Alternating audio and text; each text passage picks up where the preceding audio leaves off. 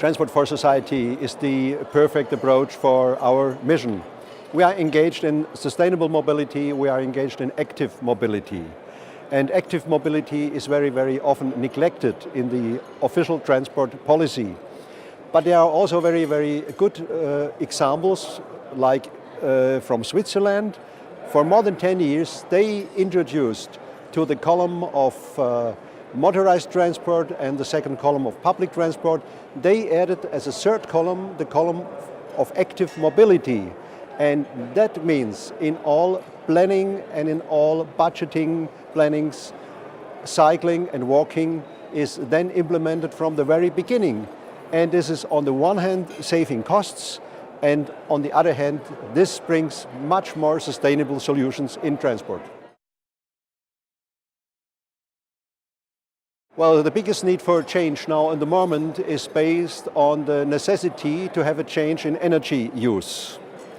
And this is very, very important for society in total, and this is very, very important also in the global perspective, that we come to a more and better social justice in the distribution of these rare resources. Otherwise, we will not have a peaceful future for us and our children. So transport for society is also important for peace between people all over the world.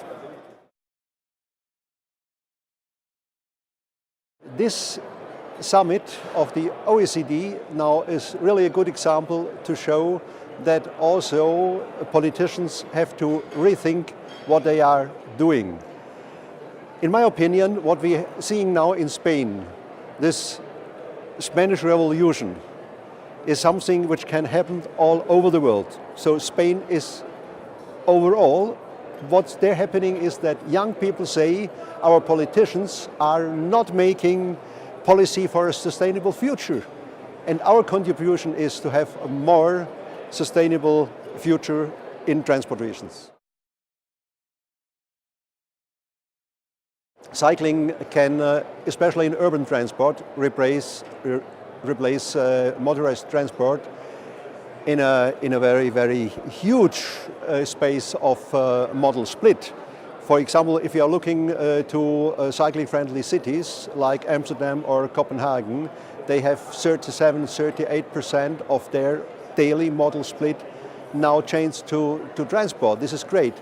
And at another very, very important aspect in this is that our distances in urban transport are 80% are smaller, are shorter than 5 kilometers.